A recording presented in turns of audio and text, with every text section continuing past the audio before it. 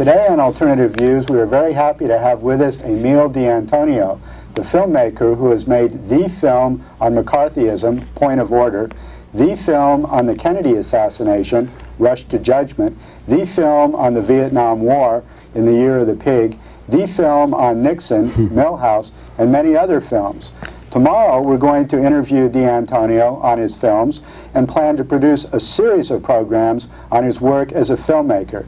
Today, however, we want to discuss his political views, in particular how he views George Bush in relationship to the other right-wing Republican political figures that he spent much of the past decade studying and criticizing. How would you evaluate him? Well, Warren Hinkle and I started a book on Bush, and we did a tremendous amount of research, and I think that it has to be said at the outset that George Bush is not a wimp. It would be easy for people on the left, or progressives, or Democrats, or any number or combination of those, to dismiss Bush once and for all by saying he's a wimp. But he's not. And to misjudge the enemy is maybe worse than having no opinion at all. Because I don't think that you become a naval pilot and get shot down and then fly more missions. In fact, quite a few more missions. And I don't think that you are as tough as he is. I don't the reason that he is, to me, ultimately dangerous is the year 1957, when he took over the CIA. 75. 75. Right. I mean, I just twisted the numbers. I'm sorry. Right.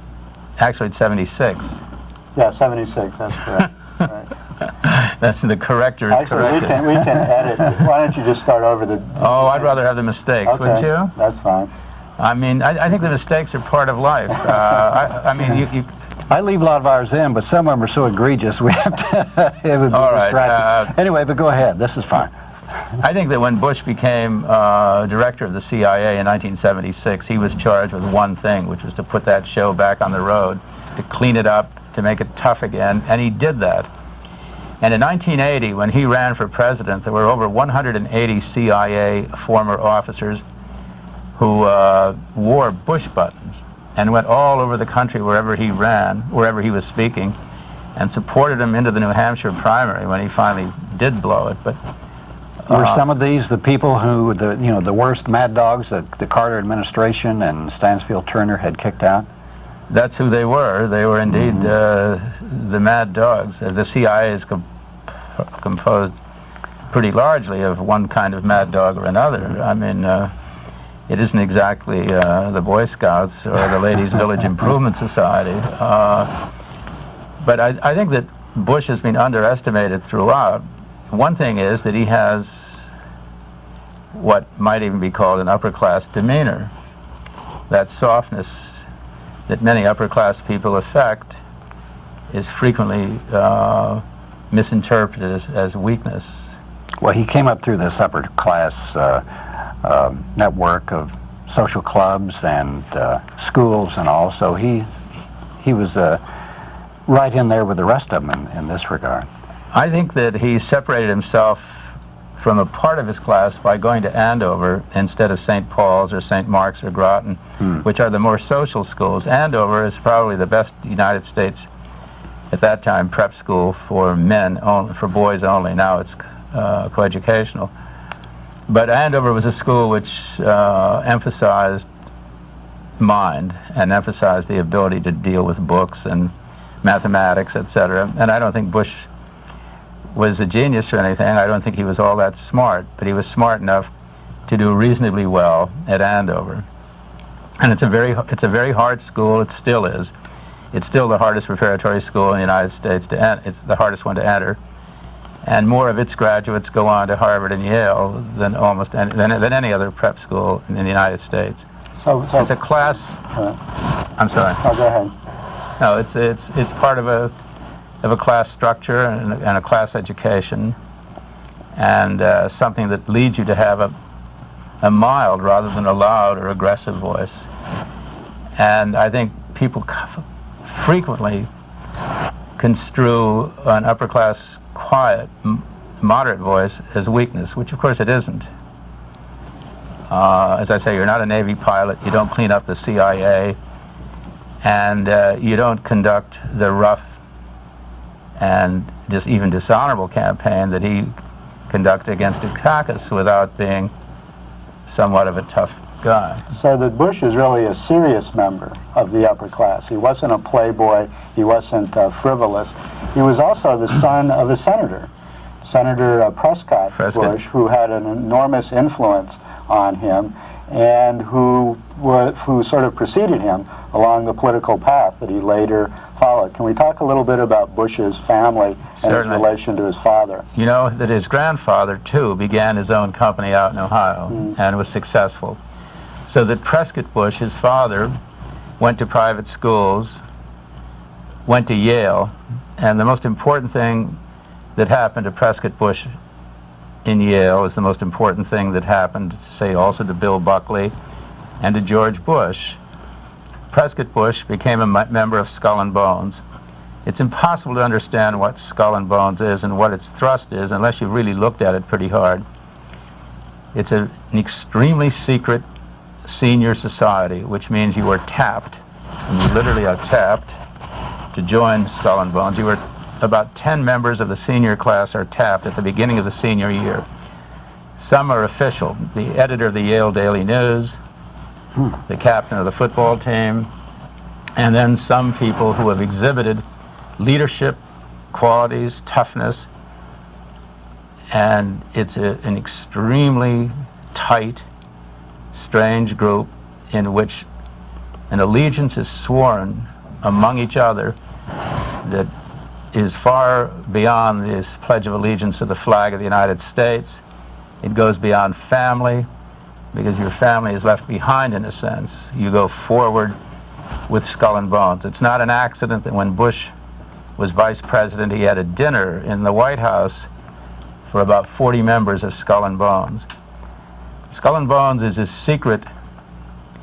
It's like the original German student societies. The initiations are harsh. Some people think the initiations are homosexual, even, as well as being harsh. But every member of Skull and Bones helps another. And it's a prime loyalty. It's a perfect upper-class construct. And it changes every person who goes through it. Now, Bush's father was in it. Now, Bush's father, there are two kinds of secrecy, I think, in the United States that the average person knows nothing about. One is the secrecy of a major private bank. Now, a private bank isn't like Chase Manhattan Bank. It's not like one of the big Texas banks, which is owned by stockholders and shareholders. A private bank is owned by no women, by a small group of men. The partners sometimes are as few as 15 or 20. And Prescott Bush was a member of Brown Brothers Harriman. Investment banks. Investment banks. I was telling Doug earlier that one example of the power of Brown Brothers, back in 1905, the currency of Nicaragua, the 5-centavo note, had on it a picture of a bearded gentleman who was none other than James Brown of Brown Brothers. He wasn't a Nicaraguan. He was the man who loaned money to Nicaragua at usurious rates of interest. And it's the kind of loan that was guaranteed to break the back of any small third world country that did not have an industrial society. And Brown Brothers did this. They were international bankers. Each partner had a private sort of cubicle. And it was a partnership in the purest sense of that word, and that the profits at the end of the year were divided among the partners. And the better of those who were inferior to them were then given bonuses, but the bulk of the money was split. So Prescott Bush was extremely rich, and he lived in a city of great richness, Greenwich, Connecticut. And he trained his children in silence, and this is important when you think of George Bush. And he was a member of Skull and Bones as well. So that when Bush went to Yale and became a member of Skull and Bones, he was well groomed and well trained and well rehearsed in all of that. By the time he was at Yale, his father was a senator. And his father had an extraordinary interest in and function in intelligence affairs. So you have something that's rare in this country, which is a long history in intelligence. I don't mean a long history of intelligence, but in intelligence. And to me, the gravest mistake this country has made in my long life, and it's not because I'm against Bush, although I am against Bush, but the gravest mistake this country has made is to elect a former CIA chief president of the United States. I think it's wrong to have the head of the secret police, of the foreign secret police, president of the United States, because he has an oath and a loyalty to the CIA and its many, many criminal acts that transcends his sense of duty or his obligation to the country as a whole and the people as a whole. So Well, he will. This has been indicated by his involvement with the CIA and all of the drug operations in relationship to Central America and South America. Well, certainly. I mean, Bush was involved in that as vice president, and as president, he's denied it. I don't find that particularly alarming. I mean, this is what one would expect. You could not expect Bush to admit that he was involved in drugs. You can't expect Bush to admit that he was connected with the drugs in Panama when he's just failed in a coup to have Noriega bumped off. Noriega killed his predecessor by putting a bomb in his plane. His predecessor was an interesting man. Graham Greene, the English writer, went there and wrote a book called, I think, A Visit to a Dictator. But he was a benign dictator, and he tried to help the people of his country, Panama. But Noriega had a bomb, as I say, put a bomb in his personal airplane, and he blew up in midair. And Noriega took over. And it seems to me that if our country had been reasonable, we would have had a certain reluctance to make a policy of accord with a man who had just murdered his predecessor. Noriega, as you know, is a high-living, big spender who was in drugs from the beginning, and all of our intelligence people knew it. But he was regarded as a stable. We have always looked for stable right-wing dictators in Central and South America. That is our policy. And we reaped what we sowed. We ended up by getting Noriega. Well, he was also a CIA asset, an intelligence chief, and he was on the payroll of the CIA. He was on the payroll of the CIA. He worked for the CIA. And under Noriega, something happened of great significance that tends to be omitted, which is there are more banks now in Panama than there are in almost any single country its size in the world. And that includes Liechtenstein. And the banks all had to do with the drug business. And Noriega has a piece of all of those banks. And that could not have happened without the knowledge of George Bush in 1976. When he was head of the CIA. When he was head of the CIA. Right. And yes, he met with him, what, 2 or 3 times? Well, I mean, he denies ever having met with him. Oh, yeah. So let's give him the benefit of the doubt, which I don't really, but let's just for the sake of well, he admits, there's on record. He's on record that he met twice. Yeah. But he denied it anyway. But what you have that's just as important as Bush meeting with him is his chief deputy when he was head of the CIA was a man named Admiral Daniel Murphy, number 2 person in the CIA, who met with Noriega frequently. And Admiral, in 1982, when Bush was vice president, he was appointed head of the South Florida Drug Task Force. His deputy there was again Admiral Daniel Murphy. Murphy made many trips to Noriega. And that was the time at which you had the real burgeoning of banks. I mean, Panama had no reason to have many banks. The people were a poor people. There was a small upper class, and the Americans who were there had their own banks and their own compounds, so that suddenly banks became very popular because tons and tons of drug money were being emptied into Panama. And we're not talking about just mom and pop banks. We're talking about no, we're talking about very big deals. The big New York Wall Street and the banks. Wall Street and New York banks, of course, are the banks that finally serviced all this money. The money would go into a Panamanian bank, and then it would be wired to New York, and then it would go somewhere else. We saw this in our own country in Miami. Miami was never particularly noted for banks until the drug system became fully operational. And then, you know, there are all those stories which are true of people going into a bank in Miami with a bushel basket or a paper sack 3 feet high full of $100 bills and say, deposit this. And the bank would charge them immediately 2% for counting it. And 2% of $100,000 is $2,000 for an hour's work. And then instead of paying interest, they would charge them to hold the money. So that the great thing about the drug business is that everybody made out except the poor user of drugs. But the banks made out, the big dealers made out, the little dealers made out, and the sucker on the street who used cocaine and all the rest of it, he didn't do too well. It's significant to note that The Nation published an article on the political economy of cocaine, and they indicated that before George Bush took over as drug czar when he was vice president for Reagan, that the federal government was cracking down on these banks, was stopping drug trade by regulating the banks and stopping the flow of drug money. As soon as Bush became drug czar in 1982, they stopped this policy. They went into interdiction. They went into trying to capture boats off of Florida to patrol the border along Mexico. And this just helped the big cocaine cartel that could smuggle in the drugs into this country, and that had the wherewithal to do it, and then had free banks.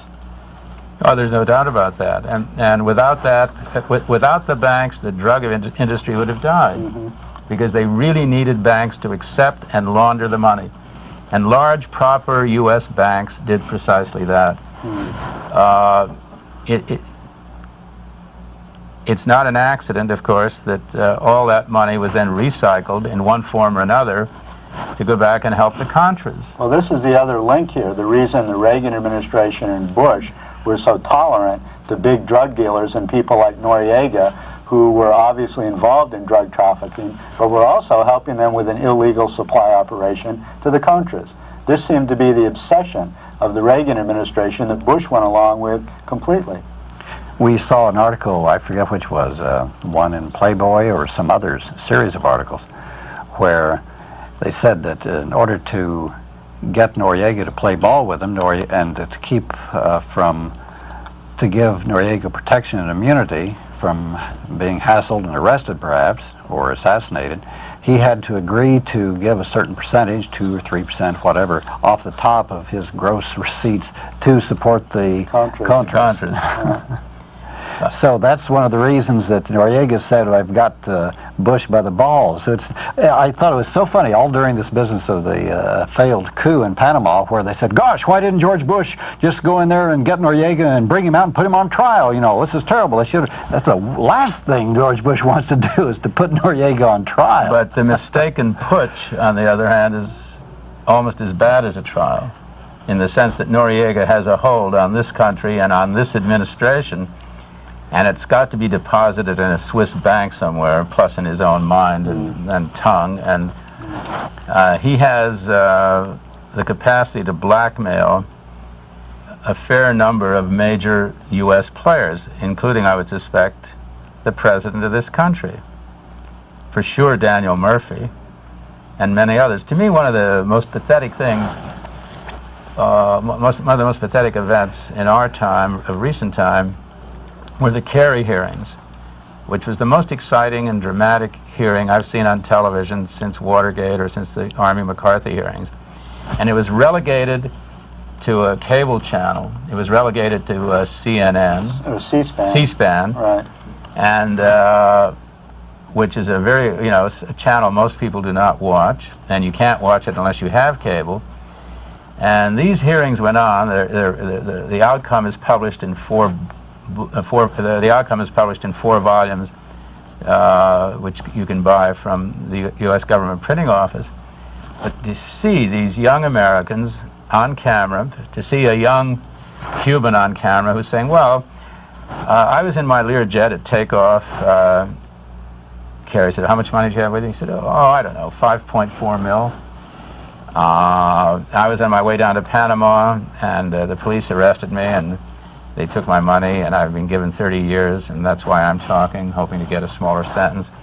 And then to see an American, a good-looking American guy, maybe 24, 25, say, I started running a little boat down to Central America, and maybe into Colombia. I'd get marijuana, and I made, you know, $30,000 on one trip. Then I got a bigger boat, and I made $500,000. And then I realized that marijuana really wasn't the right drug to bring in anyway. So I bought an airplane, and I learned how to fly it. I used to fly into Colombia, and I would bring in, and these people were flying right into the U.S., one after the other. These people were finally arrested, but all of them had 1, 2, 3 years experience. One person who was arrested was a transplanted Cuban who worked out of Barbados, not Barbados, the island right across Cuba. Jamaica? No. Anyway. But anyway, Bahamas? Puerto Rico? The Bahamas, absolutely. There's a whole chapter on the Bahamas. The Bahamas was considered the great drug import center for the whole United States, for the entire United States. And one of these people said, well, you know, I used motorboats, small, fast motorboats, go from the Bahamas right into Miami. And he said, you know, on a Sunday afternoon, there are 50,000 boats out there. The family dentist and everybody else has a boat. So I have 10 boats filled with drugs. So if one of my guys got busted, well, I could buy him out after a few months and pay him well. But 9 would get through. So now Bush and company are worried about the drug problem. They were part of the drug problem. Right. They were in the drug business. The CIA was in the drug business. The very heart of the CIA was to say drugs for money, for guns. And the guns was to support the Contras against the legitimate government of Nicaragua. And this has been going on a long time. There's no greater disease in American life than the madness of anti-communism. Because Nicaragua was never a threat to the United States. It was never communist either. And it was never truly communist. If you think that Cuba is communist, how could Cuba be a threat to the United States? Our radar is so good that if a plane took off and came close, we'd blow it out of the sky. Do they have the troops to invade us? The answer is no. The United States has also not understood, I think, a fundamental question about most of these countries, which is that they're nationalist more than they are communist or Marxist. They're nationalist in that the United States, Fidel Castro is the first person to rule Cuba in modern times, modern history, going back 300 years, who was a Cuban. First you had the Spanish, and then you had the Americans, and then you had Fidel. Even if you hate Fidel, and I don't, but even if you do, you have to admit he's the first Cuban. And the same thing is true in Nicaragua. We bought all those other people in Nicaragua,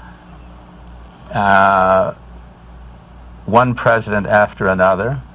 We armed them, we gave them great money, personal wealth, and Ortega is the first ruler of Nicaragua who is truly a Nicaraguan and not somebody in the pay of the United States.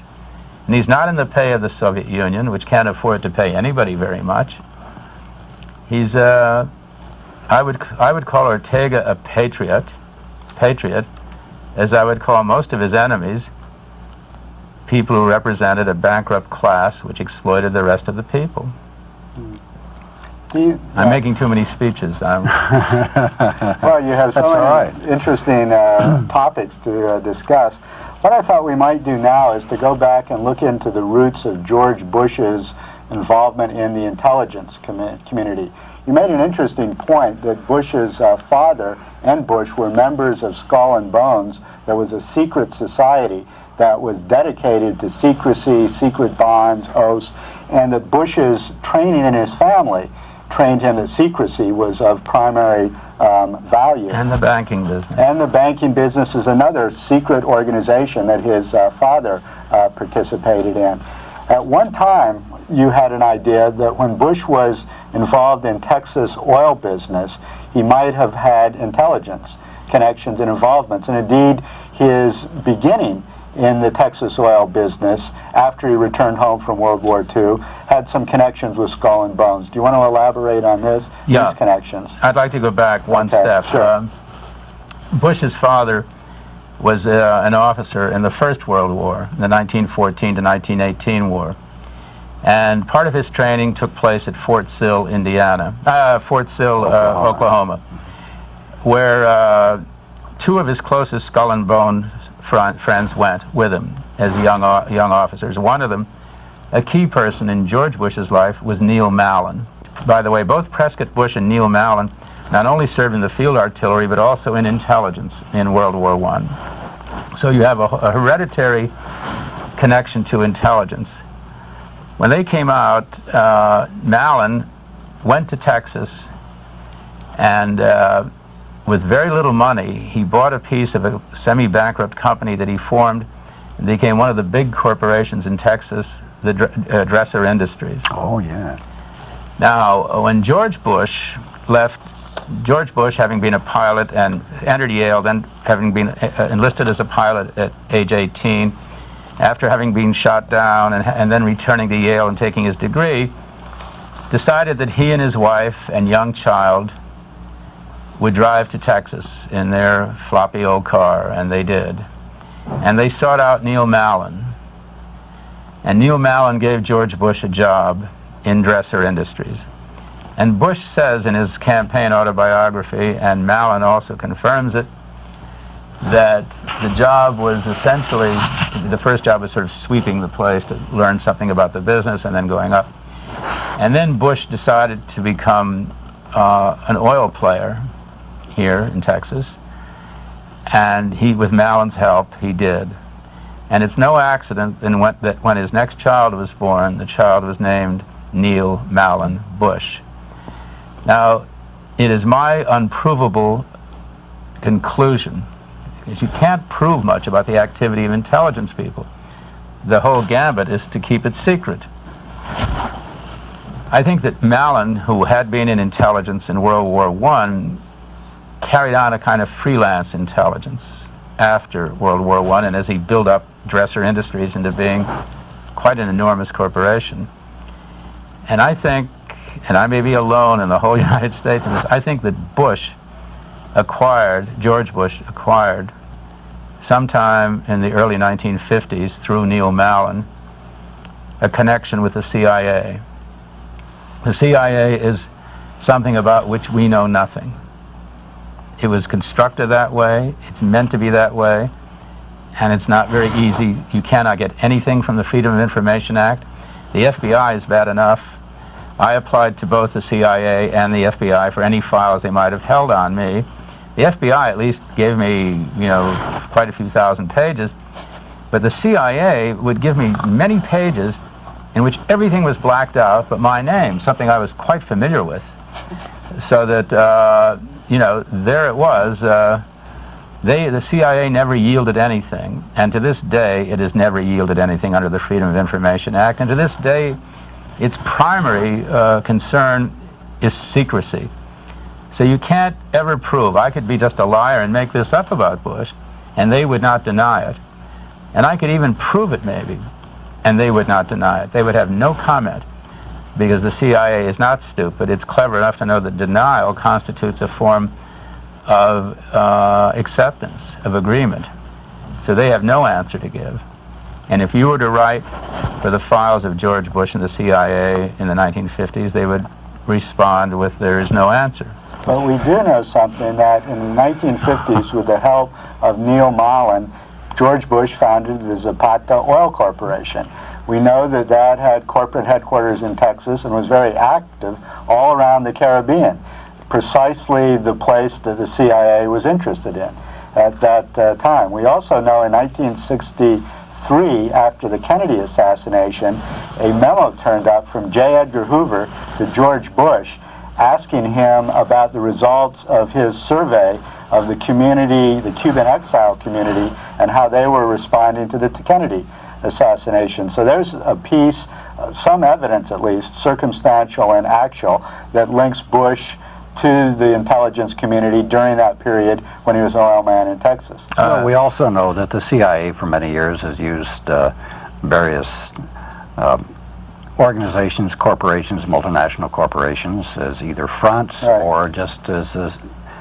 a source of information and cooperation. So it's not surprising. It's not a bureaucratic distinction, but those corporations are regarded as assets. Whereas it's my contention that Bush was an officer. And in the CIA language, there's an enormous difference. Yes. I mean, an asset could be any flag-waving businessman who you're going to Germany, you're going to open a business there. We'd be interested if you'd report along these lines, you know, and then there'd be certain specific things that were not. But as an officer, you would go in there with the capability to hire other people to perform acts, even violent acts, to suborn other people, to bribe them, to conduct the kind of policy that, let's face it, that all intelligence groups, whether they be the U.S. or British or Soviet or Chinese or Cuban, do. This is what intelligence groups do. They hire people to commit acts of sabotage. It was somebody Bush knew who put a bomb into a Cuban airplane and killed 53 people. It was somebody who was probably a vague asset of the CIA. And Bush's connections, as you quite rightly pointed out, with the Caribbean became a major point of interest for the United States, because after all, Cuba is over there on the other side. And as I say, this all seems like something conjectural. You can't prove. You can never prove that a spy is a spy until you put him before a firing squad and he's willing to speak it. But even most spies of quality prefer to die rather than to say anything. This is the history that the British established long before we had any spies. Let's move towards George Bush's entry into politics. He was the son of Prescott Bush, who was the senator of Connecticut, who became a quite powerful senator. His father also went to Yale, as did Bush. His father was also in Skull and Bones and the Whipping-Pooh Society, as was Bush. His father also played first base for Yale, as did Bush. His father had intelligence connections in World War I, as we are suggesting Bush did. So there was obviously a big influence of the father on the son. George followed Prescott's footsteps pretty closely. Moreover, George decided to run for politics, possibly as a CIA asset or operative moving into the political field. What is your theories about these connections? Well, he started running for office in Texas, let's be as candid as we can, from an oil district. Right. And he failed. Right. He was elected, after failing, he was elected to Congress, but then he wanted to be elected to the Senate, and he was defeated by Yarborough, who was a liberal Texan. Then down the road, it looked as if Yarborough's reputation was turning sour among the people of Texas, and Bush decided to run against him. But then out of the blue appeared our friend who ran for the vice presidency with Dukakis, Lloyd Benson. Right. And who ran against Yarborough, so that Bush, having spent a fortune thinking he was going to beat Yarborough, Yarborough would take the Democratic nomination, and instead Benson, of course, beat Yarborough in the Democratic primary with a vicious red baiting campaign. Yeah. And then you had the tightest race in the history of Texas, which was Benson against Bush, and each one of them spending more money than anybody had ever spent to run for the Senate, and Bush lost. By how much? By a tiny, tiny number of votes. It was the closest race ever held for the Senate in the state of Texas. And Benson said Bush was too liberal. And Benson said that Bush was too liberal. Benson was running as a true conservative. At this point, Nixon decided to help old young Bush out, I was going to say old boy Bush out, and he appointed him ambassador to the UN. Ambassador. He gave him 2 appointments. First, ambassador to the United Nations. Right. And Bush wasn't very comfortable with that. He didn't like being in New York, among other things. Then he became ambassador to China. And then he had the job that was really quite interesting. He became chair of the Republican National Committee. And he was in that job when Watergate broke out. And there are 2 famous letters that George Bush wrote to Nixon. One is, no matter how this comes out, I will back you to the end. And the second one is, it really grieves me to write such a letter, but I would think you would do more of a service to your country and to your party if you resigned. And so Bush flip-flopped on that. And, of course, Nixon left. And shortly after that, Ford, or a year and a half after that, Ford appointed Bush then to become head of the CIA. Right. Which was a curious appointment. The CIA people wanted somebody strong who must have had some experience with the CIA. Otherwise, you would have to believe that the CIA, which was really under tremendous problems because of post-Vietnam activity, there were investigations of the Phoenix program. As you know, the Phoenix program permitted 1 CIA person and 1 Vietnamese to say that you were a Viet Cong and they could blow you away and had the right to kill you. It was the right to kill people. We admitted that we killed about 25,000 people in the Phoenix program. The Vietnamese claim it was closer to 400,000, and nobody will know what the answer is, and I suspect myself that it was probably somewhere in between, and I'm not a liberal. But Bush was then well ensconced into the heart of the National Republican Party, and he obviously eyed the presidency. And in the beginning, he was a favorite to beat Reagan in 1980. Well, it's also significant that Bush was the candidate of the top people of the American power structure, David Rockefeller and all of those groups had been... and a tremendous number of CIA people. And he had been in the Trilateral Commission, and he had all these upper-class connections. And Reagan was just this rank outsider, the crazy man from the right. And so that when Reagan won, the establishment folks freaked out and then tried to come up with this special arrangement where they would have Kissinger really running the country and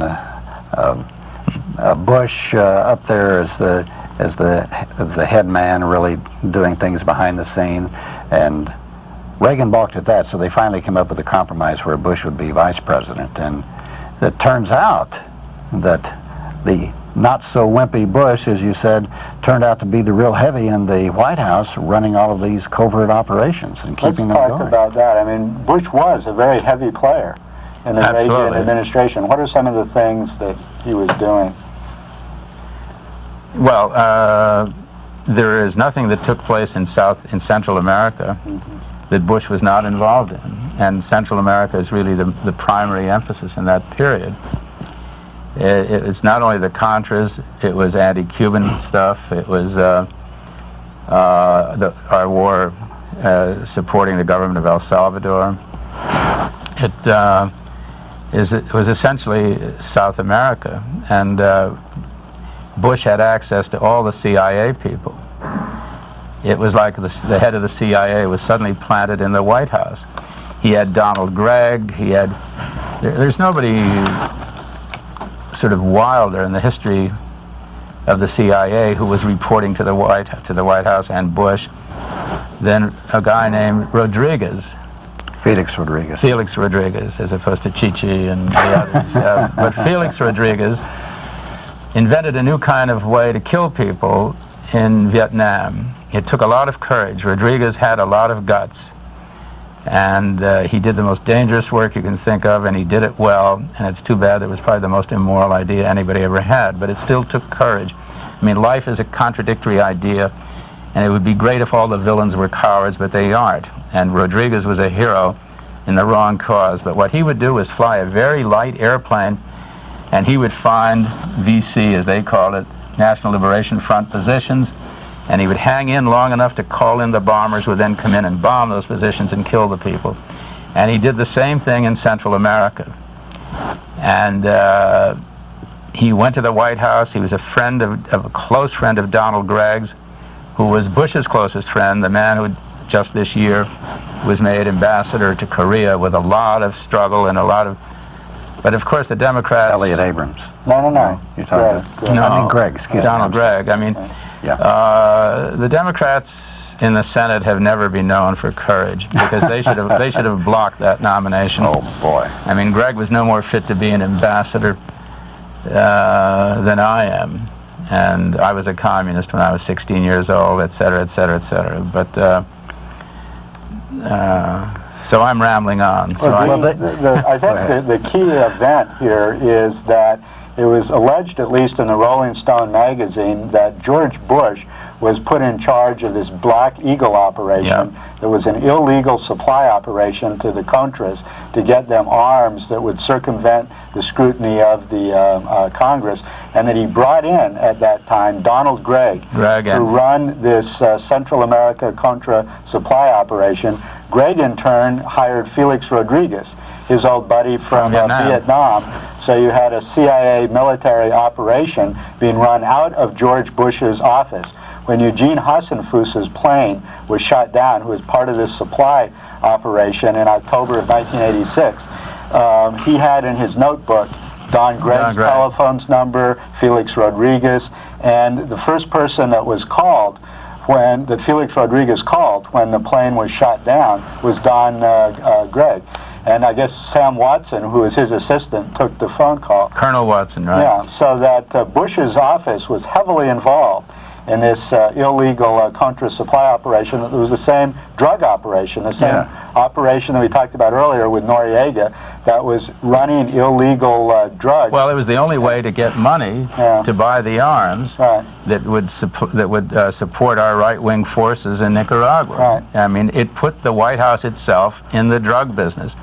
Because the arms would go down, but then the drugs would come back in the same plane. The most astounding single tale in the Kerry Commission is this one pilot who said, "Now, where do you want me?" He brought down the arms, and he had a whole DC-4, a 4-engine plane. He said, "Where do you want me to land?" And they said, "Homestead Air Force Base." Well, the idea of a pilot landing at Homestead in Florida, which is a United States Army Air Force base. Army Air Force is from my time. That's World War II. World War II. It's Air Force. Air Force base. When he landed, there was no problem. He told the tower he was coming in, and to me, almost the greatest cinematic thing there is I used to be a pilot, and when you land, there's a truck there with a big sign lit up that says, "Follow me." So there was the Jeep. It was not a truck. There was the Jeep saying, "Follow me."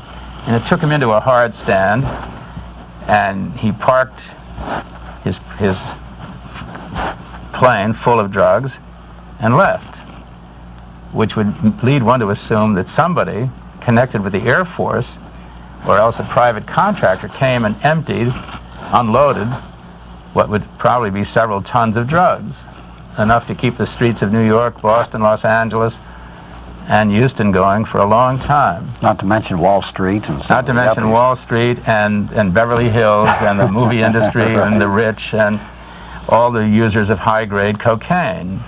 And the irony of this is, at the same time, Bush is named drug czar of the Reagan administration. He was. So at the same time that his Central America operation is smuggling drugs into this country in unprecedented numbers, he's supposed to be in charge of the war on drugs that the Reagan administration and later Bush has exploited for political ends. He was truly a drug czar, so, yeah, right. Well, now the Oliver North operation was going on parallel to this, but then George Bush would have to step in and cool things when Oliver North was having trouble with Donald Gregg and Felix Rodriguez. Well, you know, the right wing of our country always uses the word conspiracy about those who disagree with it. But if there was ever a first-rate conspiracy, a massive conspiracy in the history of our country, it was in the White House. And Reagan did not, we now know that Reagan had some idea of what was going on, but Reagan was not a hands-on president.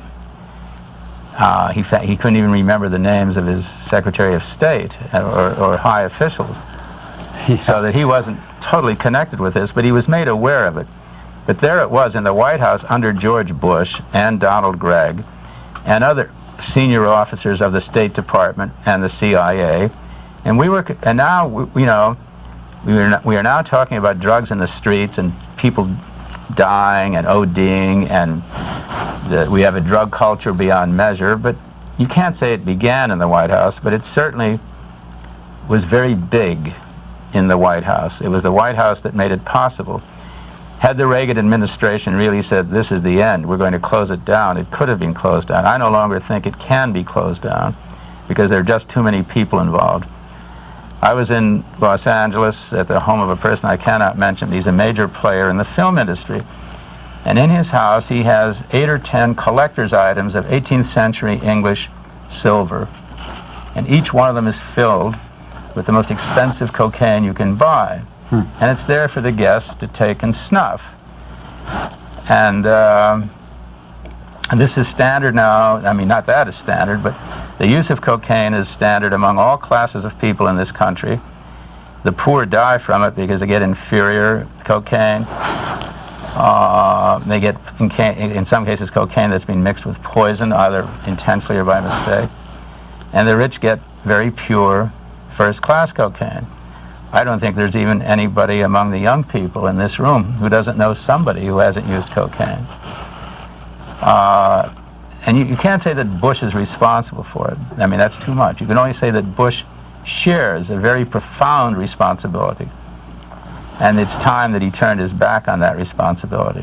I mean, it may be too late to stop it, but it's not too late to make an effort. So it's absurd that now, as President of the United States, Bush declares another war on drugs because he was so responsible for having connections with so many players in the drug world when he was Reagan's vice president. Of course, it gives them a good opportunity to do away with a lot of civil liberties and do away, hopefully, with a lot of opposition. I hope exploiting the drug certainly. issue. How would you evaluate the mass media coverage of all this that we've been talking about? Cowardly. Cowardly, basically. Well, why do you think that is? Here, an enormous story, far bigger than Watergate ever was, and yet they hushed it up. Well, I think the main reason for that is class interest, frankly. And they're the people who put Bush in, the media people. They're the people who supported Bush and who supported Reagan.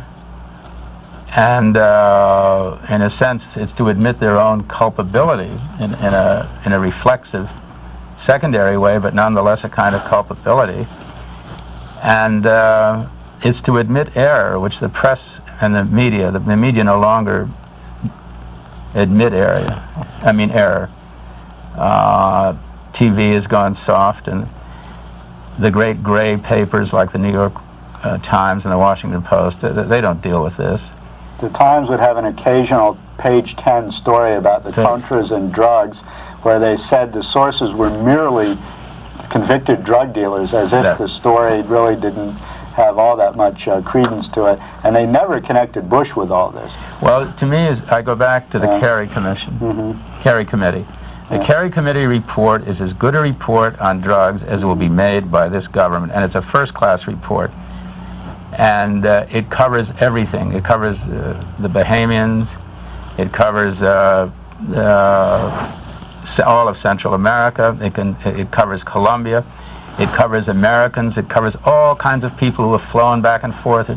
It covers pilots and big-time distributors, people who owned many, many planes, etc. And nobody picked up on this. As I said, it was broadcast on C-SPAN. It would appear as a small story in the New York Times and the Washington Post. But the basic thrust of what Kerry uncovered is still there.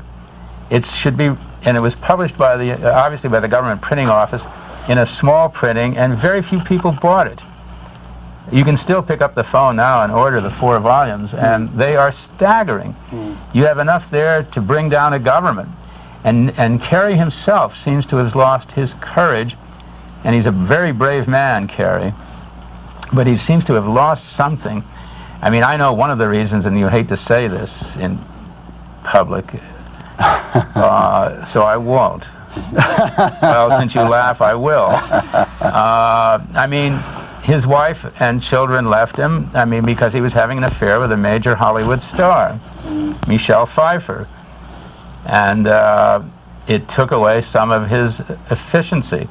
But Carey was remarkable. He was the most decorated naval officer in the Vietnam War. And the first thing he did when he came back home was join Vietnam veterans against the war. Right.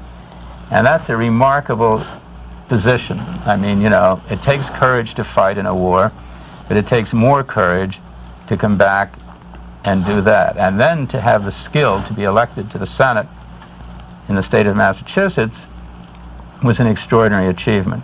And to do the hearings was an extraordinary achievement. And to let them drop makes you wonder, you know, is he being, people see him as a new Jack Kennedy, people see him as a presidential candidate.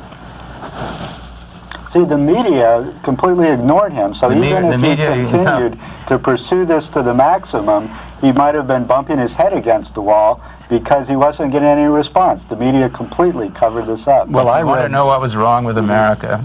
It was that his show going on, not C-SPAN, but C-SPAN, seen by the smallest possible audience, that the other media, ABC, NBC, CBS, never picked up on. They would have the slightest reference to it. And it was as big as the Army McCarthy hearings. It was as big as Watergate.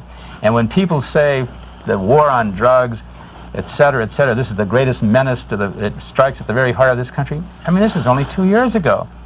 Why didn't somebody just, even today, why doesn't George Bush, if he believes in the war on drugs, pick up the Kerry committee report, and send it out to the American people? Why aren't 5 million copies distributed?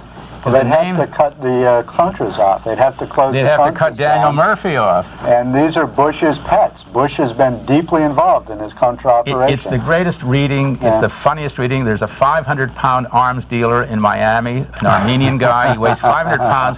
He has a huge palace on the grounds of the Miami International Airport. When Daniel Murphy wanted to borrow a plane to go to see Noriega, he goes to see the arms dealer. And the arms dealer says to him, and both of them testify to this in the Kerry Commission. Murphy has no qualms about testifying. The arms dealer says to him, well, last time I loaned you the plane. This time I can lend it to you, but you've got to pay for the gas. Well, you know, it's a 4-engine plane, so the gas is $4,000 or $5,000. So Murphy takes it down to Panama, sees Noriega, and he's got a business guy with him, and then they fly back. Now, could this have nothing? Of course, Murphy was number 2 in the South Florida Drug Task Force under George Bush. This is 1982. How could he do that, you know? You'd think that some reporter somewhere would write an article about it. Nobody said anything. The Panamanians said nothing. We said nothing. And the more we talk about a free press, they're free to advertise. They're free to sell. But they don't print like a free press. They don't publish like a free press.